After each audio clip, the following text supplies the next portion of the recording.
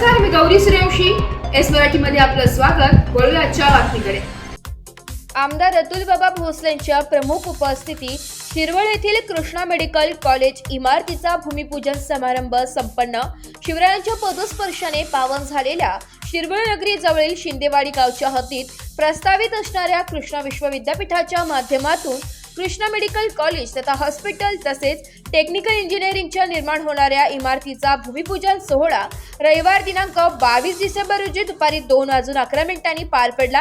या कार्यक्रमाचे भूमिपूजन डॉक्टर सुरेश भोसले यांच्या शुभ हस्ते तसेच आमदार डॉक्टर अतुलबाबा भोसले व त्यांच्या सुविद्य पत्नी सौ गौरवी भोसले यांच्या प्रमुख उपस्थितीत पार पडले. भूमिपूजनाचा कार्यक्रम संपूर्ण झाल्यानंतर कृष्णा विश्वविद्यापीठाचे अध्यक्ष डॉक्टर सुरेश भोसले यांचं भाषण झालं. यामध्ये त्यांनी या कॉलेजची निर्मिती का करायची आहे याचं सविस्तरपणे मुद्दे आपल्या भाषणातून मांडले. यावेळी बोलताना ते म्हणाले की सहकार महर्षी माननीय जयंतराव भोसले यांच्या 100व्या जयंतीचं औचित्य साधून या कार्यक्रमाचे आयोजन आज केले होते. तसेच जयवंतराव भोसले यांनी या कृष्णा विश्वविद्यापीठाची मुहूर्तमेढ रोवली आहे. तसेच या संस्थेच्या माध्यमातून अर्थकारण न करता समाजकारण करण्याचं काम केलंय व समाजाला उपयोगी पडेल अशी कामं त्यांनी केली आहे. त्यामुळे गोरगरिबांना उपचार निःशुल्क मिळू लागेल आहे. आमच्या या कृष्ण विद्यापीठाच्या हॉस्पिटलमध्ये आम्ही बऱ्याच गरजू रुग्णांवरती मोफत उपचार केले व पुढे सुद्धा आमची ही परंपरा डॉक्टर अतुलबाबा भोसले व श्री विनायकराव भोसले चालवतील याची आम्हाला पूर्ण खात्री आहे.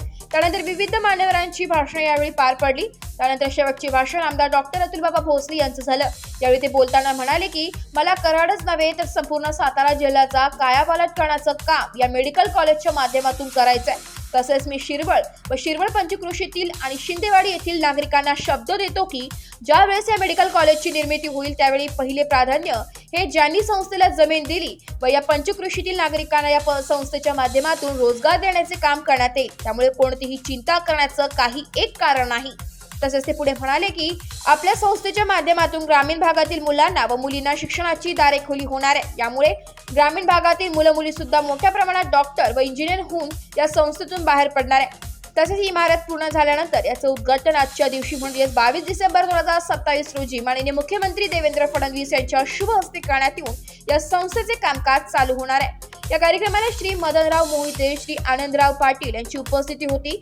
तसेच doctor Vedprakash Mishra, doctor Pravin Shingare, doctor Neelam Mishra, Shri Vinayakrao Bhosale, Shri P D. John व श्री दिलीप पाटील यांची निमंत्रक म्हणून उपस्थिती होती.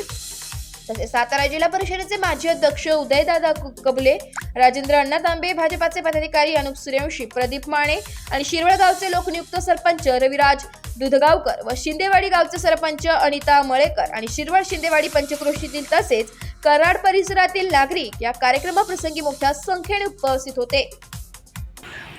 आज हा कार्यक्रम होत असताना मला काय आठवण असेल तर असंच मला आठवतंय 77-78 साली मी त्यावेळेला मेडिकल कॉलेजमध्ये होतो आणि अप्पा म्हणायचे आपल्याला ह्या मलकापूरच्या ह्या माळावर जे गोळीबार मैदान म्हणून त्यावेळेला प्रसिद्ध होत तिथं आपल्याला दवाखाना करायचा. सुरुवातीला दवाखाना करायचा हाच प्रस्ताव होता आणि आम्ही ती जागा बघायला यायचो आणि सगळं फिरून झाल्यानंतर रस्त्यापासनं त्या बिरोबाच्या देवळापर्यंत गेल्यानंतर तिथंपर्यंत आम्ही बसायचो तिथे. आणि परत शिंदे साहेब आता इथं उपस्थित आहे तिथं आम्ही जाऊन सांगायचो की आता पाणी प्यायला गावात ना आलं. अर्धा पाऊण तास लागायचा त्या माणसाला तिथं जाऊन पाणी आणायला. आता ही शिरवळची परिस्थिती बघितली तर अगदी तशी सगळं माळरान आहे, काहीही इथं नाही. परंतु योगायोग काय आहे सांग तुम्हाला. इथले जे मालक आहेत आठवले साहेब यांची ही जमीन होती, ही जागा होती आणि अनेक वर्ष अनेक लोक सर्व पक्षातले सर्व उद्योजक हे त्यांच्याकडे ह्या जागेसाठी येत होते. सगळ्यांना त्यांनी नाही म्हणता म्हणजे बघायचं सुद्धा राहू दे ते म्हणायचं आम्हाला जायचीच नाही आहे. आज स्वर्गीय जयवंतराव अप्पांच्या 100व्या जयंतीच्या निमित्तानं आपण कृष्णा विश्वविद्यापीठाच्या शाखा क्रमांक 2चं भूमिपूजन हाती घेतलेलं आहे. स्वर्गीय अप्पांना सगळ्यात मोठी आदरांजली काय ठरेल तर स्वर्गीय अप्पांनी 1962 साली शिक्षणाची क्रांती घडवायला जी हाती घेतली होती त्या क्रांतीला पुढे नेण्याचं काम आदरणीय सुरेश बाबांच्या हातून होतंय.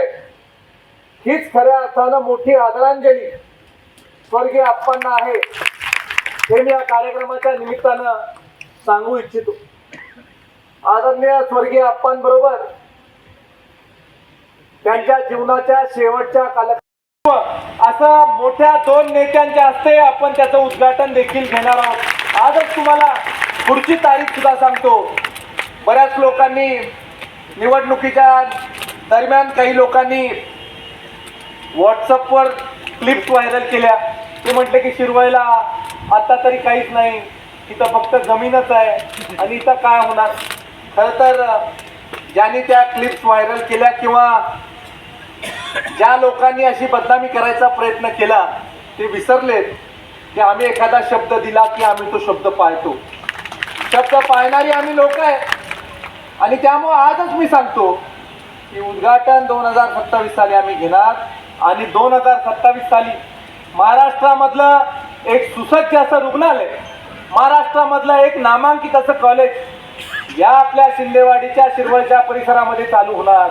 आणि आदरणीय डॉक्टर साहेबांना माझं सांगणं आहे की डॉक्टर साहेब आता नाही, आता बाकीच्या सगळ्या आमच्या गुरुबंधू म्हणायला हरकत नाही तुम्हाला, त्या सगळ्यांना माझं सांगणं आहे इतकी चांगली संस्था आम्ही इथं निर्माण करायचा आमचा मानस आहे की पुण्या मुंबईचे विद्यार्थी देखील शिरवळला येतील अशा पद्धतीची संस्था या परिसरामध्ये निर्माण होणार.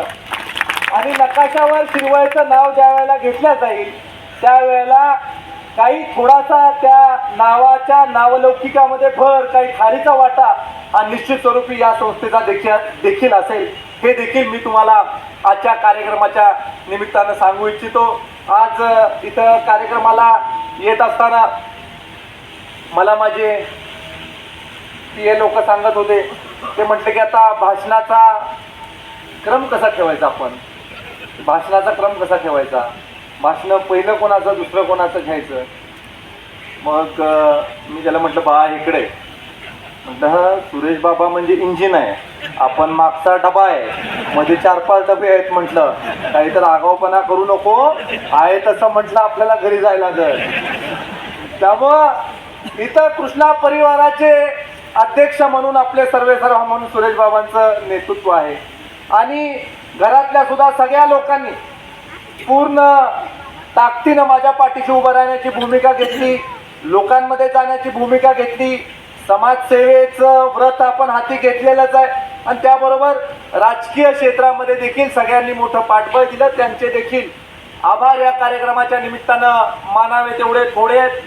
मला पहिल्यापासून सवय एखादी चांगली घटना घडायच्या आधी तिथं पोचायचं, पहिल्यापासून लहानपणापासून मला सवय.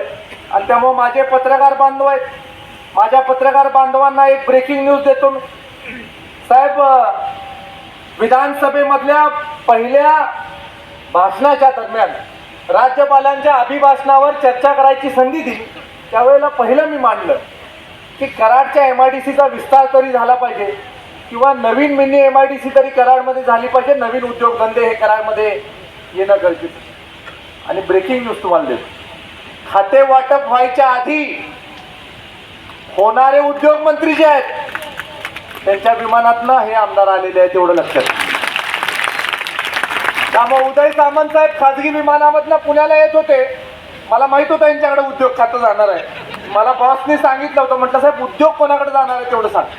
आपल्या भागातल्या नेत्यांचा विचारलं, म्हटलं ठीक आहे, आता PWD शिवेंद्र बाबांकडे असल्यामुळे आता रस्त्याचा वगैरे काही विषय नाही, पूल किती पाहिजे तेवढे देऊ, रस्ते किती पाहिजे तेवढे देऊ. ग्रामविकास खातं जयाभाऊकडे आलं त्यामुळे तिथं पण काही आपल्याला अडचण नाही, जेवढं पण 25-15च्या योजनेमध्ये रस्ते घालायचे तेवढे द्या, सरसकट आपले सगळे रस्ते होती.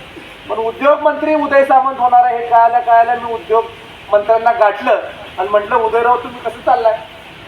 म्हटलं काय अतुलराव मी विमान घेतले, म्हटलं मला आहे का जागा? अहो 100% म्हटले आपण जाऊया. 55 मिनिटाची फ्लाईट होती, 55 मिनिटं.